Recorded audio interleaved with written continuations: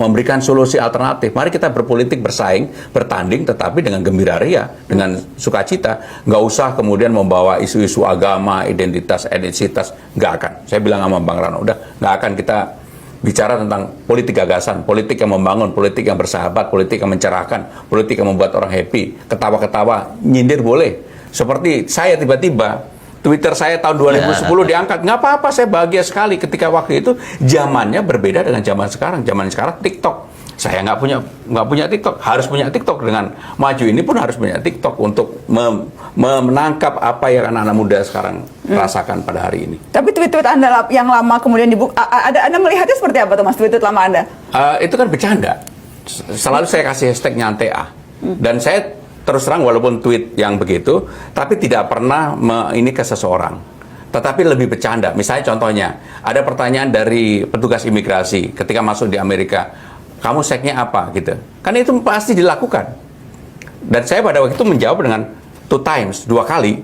Ini kan bagian dari bercanda pada waktu itu. Zaman waktu itu zaman bercanda 2010. Di Twitter itu kan semua orang bercanda. Termasuk apa yang dilakukan oleh Ridwan Kamil, menurut saya juga bagian dari bercandaan itu. Jadi saya menyampaikan itu tanggung jawab. Tetapi kalau dilihat dari track record saya di semua sosial media, saya tidak pernah ngomongin orang. Jadi berarti Anda menyesal? Karena kan ada saya nggak menyesal. Itu kan dinilai misoganis, Mas. Misoginis, kemudian ada dibilang seksis, itu menyesal? Enggak menyesal. Saya bertanggung jawab. Kalau nggak menyesal berarti akan mengulangi lagi? Oh, zamannya udah beda. Dulu umurnya berapa? Dulu 14 tahun yang lalu. Sekarang saya udah 61 loh, Nak. Udah beda banget. Tapi dulu tuh udah jadi anggota DPR loh, Mas Pram. Dulu tuh udah jadi pejabat publik. Dan untuk ukuran pejabat publik, tweet-tweet itu juga bisa dianggap. Bahkan untuk ukuran dulu pun itu dianggap. No. Pada waktu itu, misoginis loh, Mas. Enggak, pada waktu itu orang memotret ini bagian dari kegembiraan. Karena semuanya melakukan itu. Pada waktu itu, ketika Twitter lagi heboh di tahun 2010, orang melakukan itu. Jadi saya sekali lagi, saya tidak ingin berdebat soal itu, bahwa kemudian ada sebagian orang yang merasa bahwa ketika itu pun itu seharusnya tidak dilakukan pejabat publik. Tapi ini gambaran bahwa pertarungan ini akan keras, Mas Pram. Oh, nggak apa-apa. Pertarungan ini, tweet lama Anda akan dibongkar, rekam jejak akan diulik, apapun yang pernah Anda katakan, lakukan, termasuk juga oleh Bang Rano Karno dulu pada saat menjadi Gubernur Banten.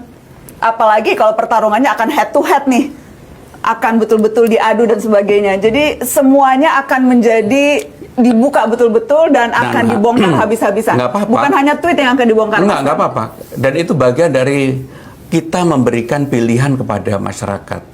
Pemimpinmu seperti ini, kamu mau pilih atau enggak?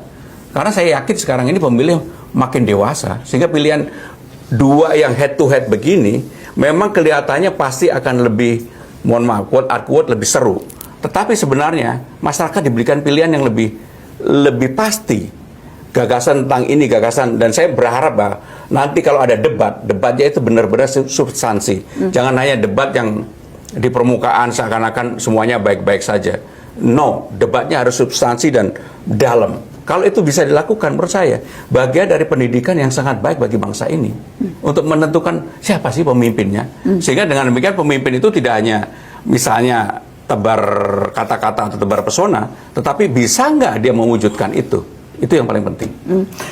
Bicara soal tadi disebutkan 80 sekian persen lawan 14%.